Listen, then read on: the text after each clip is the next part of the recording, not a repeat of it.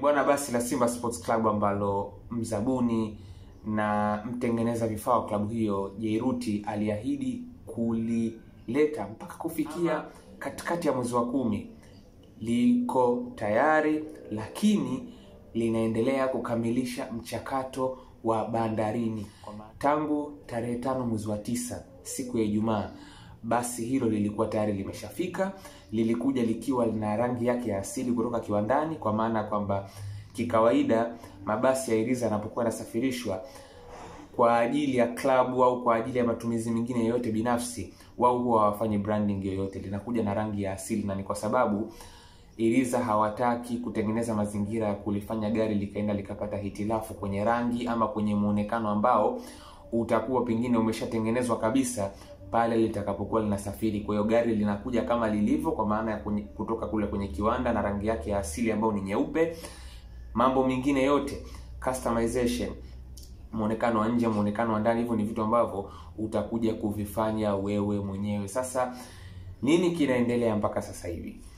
Hili basi limefika, lakini mchakato ambao unatakiwa kuhakikishiwa unakamilika pale bandarini ndo ambao una delay movement zozote ambazo Simba wanaweza kuendelea na basi lao. Sasa unajua lile basi, kitendo cha kwamba limefika, kuna mchakato mrefu pale wa kulihakiki wake, kwa sababu ilikuwa inaakisiwa kwamba kitendo cha basi kuingia mwezi wa 9 tarehe 5, manake kama kila kitu kingeenda kwenye utaratibu ambao Simba walikuwa na utarajia, lile basi ndani ya wiki 5, kwa maana mpaka kufikia tarehe 10 mwezi uliopita, kwa maana ya mwezi wa 10, lile basi libidi liwe tayari kutoka bandarini na kwenda kwenye mchakato wa kufanyiwa exterior design, kutiwa sticker na kila kitu, nembo, logo, rangi, kisha kufanyiwa interior customization. Na kwa bahati mbaya pia mabasi kama hivi ambao ni luxury, magari ambao ni luxury, kuna muda huwa yanakuwa na mchakato mmoja mrefu sana, na kwa kiasi kikubwa sana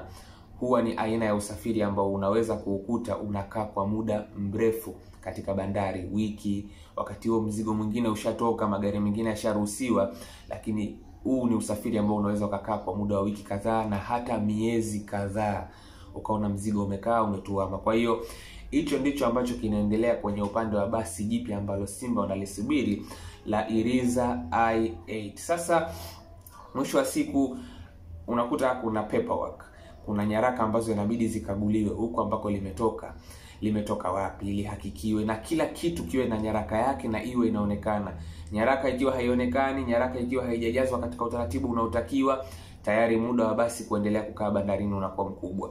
Baada ya nyaraka kuna uhakiki wa chombo chenyewe, lazima kihakikiwe, kila kitu kionekane kiko sawa, breki, taa, engine, chochote pia kikiwa kinaonekana hakipo sawa, hapo kuna mawili, inabidi kirekebishwe au kikaguliwe tena upya, vitu ambavyo pia vinarefusha muda wa chombo chako kukaa katika eneo la bandari. Lakini pia umeshamaliza hapo la kwanza na la pili hilo, unakuja kwenye jambo la tatu ambalo ni ada tofauti tofauti, makodi, mavati, manini, hayo yote malipo yake pia yanatakiwa yahakikiwe.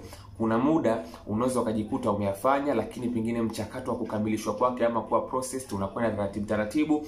Kuna muda mwingine pia yakikosewa, maana yake inabidi utaratibu uanze upya, basi liendelee kusubiri. Kwa hiyo kwa ukimya ambao unaendelea hivi sasa, maana yake ni kwamba basi pengine ndio litakuwa liko katika hatua za mwisho kabla halijakuwa tayari kukabidhiwa kwa upande wa Simba na wao wakaendelea na utaratibu mwingine. Lile basi litakwenda kufanyiwa exterior design, yani Simba sasa watakwenda kule wrap, watakwenda kule brand vile ambavyo wanalitaka wao, kwa kutumia rangi za team, logo ya team, jina la Simba, jina la mzabuni.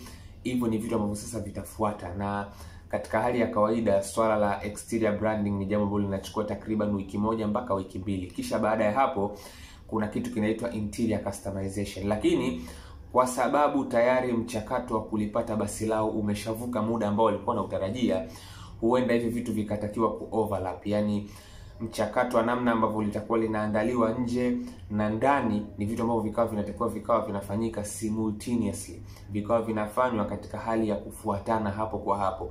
Ya ndani yanaendelea na ya nje pia yanaendelea. Sasa ya ndani ndo hayo, Maanake muonekano wa vile viti, headrest, sehemu za kuwekea kichwa, logo ambazo watakuwa wanazitaka wao wenyewe Simba ambazo itabidi zikae kwenye sehemu za kichwa kwenye makochi yote, flooring, maanake ile sehemu ambayo watakuwa wanakanyagia mle ndani, muonekano wake. Kwa hiyo hayo yote, uzuri ni kwamba yana uwezo wa kuchukua takriban wiki 2 tu yote kwa pamoja hayo. Kisha baada ya hapo basi lianze kwanza kujaribiwa. Haliwezi tu kuingia barabarani moja kwa moja na timu likaanza kuendesha kwenye safari tofauti tofauti. Lazima kwanza lijaribiwe, tunasema test drive. Lipelekwe huku kwa muda wa siku kadhaa, lionekane kweli liko tayari kusafirisha wachezaji kwenye michezo kadhaa ya ligi kuu na mashindano mengine ya kimataifa. Kwa hiyo hayo ni mambo ambayo kwa namna ambavyo mchakato unaonekana kuwa mrefu wa kulikomboa gari katika mazingira ya awali ambayo gari mpaka sasa hivi lipo hapo, manake tunazungumzia pengine kwa uchache hata pengine katikati ya mwezi wa 12 au hata ya mwanzo wa mwaka unaokuja, pengine ndio kukawa kuna taarifa zozote mpya kuhusu basi jipya la Simba Sports Club ambalo Jairuti aliahidi kwamba lingekuwa tayari mpaka kufikia katikati ya mwezi uliopita ama mwanzo wa mwezi huu wa 11. Lakini basi lipo, ni swala la muda, basi litakuwa miongoni mwa vitu ambavyo vitakuwa tayari kutangazwa rasmi kuelekea mwezi unaokuja au hata mwanzo tu wa mwaka 2026.